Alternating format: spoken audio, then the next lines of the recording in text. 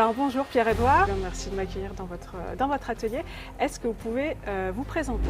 Je m'appelle donc Pierre-Edouard Morin, je travaille dans le monde de la coutellerie depuis une quinzaine d'années. On a lancé l'aventure avec Ovalie et puis le Coq Français, donc sur des concepts un petit peu novateurs, en travaillant donc bien sûr avec des ateliers partenaires que je connais très bien sur Thiers depuis de nombreuses années. On voulait avoir une forte orientation Made in France. La coutellerie c'est un métier un peu traditionnel, donc on est parti sur des couteaux avec beaucoup de design sur les régions françaises, des designs sur les manches qui évoquent la tradition, le patrimoine, la culture et les régions françaises.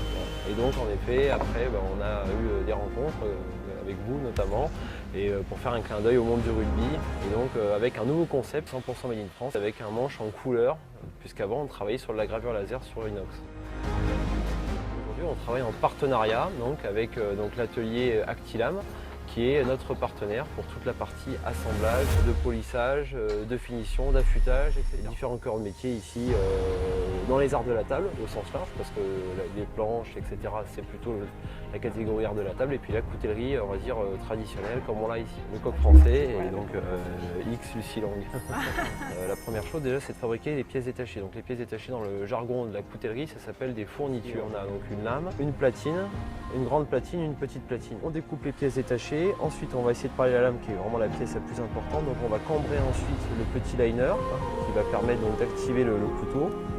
C'est ce petit liner donc, qui est en forme de coque. Voilà, exactement. Donc pour vraiment faire un petit clin d'œil là-dessus sur notre nom. Et puis c'est assez sympa, c'est assez ludique parce qu'on appuie sur le coq pour ouvrir et fermer le couteau à chaque fois, donc c'est un petit peu rigolo. Ensuite on cambre le liner, on va poinçonner la lame avec le nom Le Coq Français, et ensuite donc cette lame va partir à l'atelier de trempe. On va passer la lame à plus de 900 degrés dans un four de trempe qui va lui donner une dureté mais aussi une certaine souplesse. Ensuite on va à l'émouture, c'est-à-dire qu'on va faire le lever de la lame, le tranchant de la lame. Ensuite la lame va être donc sablée, microbillée, qui va lui donner son aspect final, et ensuite donc, la lame peut être assemblée avec les autres pièces, donc un aspect plutôt satiné. On a le manche qui lui doit être donc, traité en sublimation, donc en fait à la base on est bien sur une grande platine qui est en inox. On va lui appliquer un traitement époxy, et enfin on va venir appliquer la sublimation, donc c'est comme ça qu'on va venir apposer donc, la couleur sur le manche. Clairement, on n'est pas sur de l'impression, c'est encore un autre procédé. Toutes nos pièces sont enfin prêtes et là on peut les assembler. Et enfin, dernière étape, c'est l'affûtage.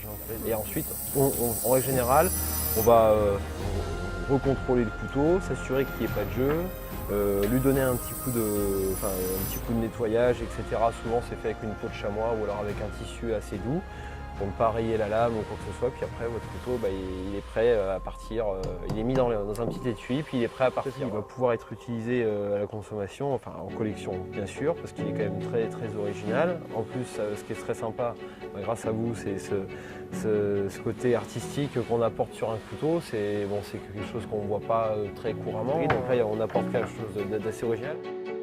C'est quelque chose que je suis depuis de nombreuses années. Alors, j'ai notamment en mémoire la de 99 contre les All Blacks. Je suis ça depuis que je suis tout petit. Et puis bon, maintenant je vis à Clermont depuis une vingtaine d'années. Donc Clermont, forcément, il y a une ferveur pour le rugby qui est assez incroyable avec l'ASM Clermont-Auvergne. Donc en étant arrivé à Clermont, ça a forcément entretenu aussi ce côté un peu passion. Que je suivais ça depuis longtemps. Et puis voilà, après le jeu des rencontres et puis des réflexions aussi tout simplement m'a fait dire mais oui, dans la coutellerie il y a déjà beaucoup de choses qui ont été faites, et pourquoi ne pas créer un concept autour du rugby et créer un concept qui n'existait pas. Il valorise assez énormément. On a l'impression presque de voir le joueur bouger, quelque part. C'est pas une peinture morte, c'est une peinture assez dynamique que vous faites, donc c'est sympa. En plus ça fait écho à l'actualité et à notre sujet, donc c'est encore mieux. En plus c'est très coloré. Puis ce qui est surtout important, c'est que comme on voit là, en fait il occupe la majeure partie de l'espace. C'est-à-dire que quand on voit le couteau arriver, à la limite on se préoccupe même pas du couteau, on est déjà plus attiré par la peinture avant même de se demander tiens mais qu'est-ce que c'est un couteau. Il met énormément en valeur, et en fait je dirais même qu'avant même presque d'être un couteau, c'est presque déjà un mini tableau qu'on a avec nous en fait. Ça fait autant rôdeur que couteau.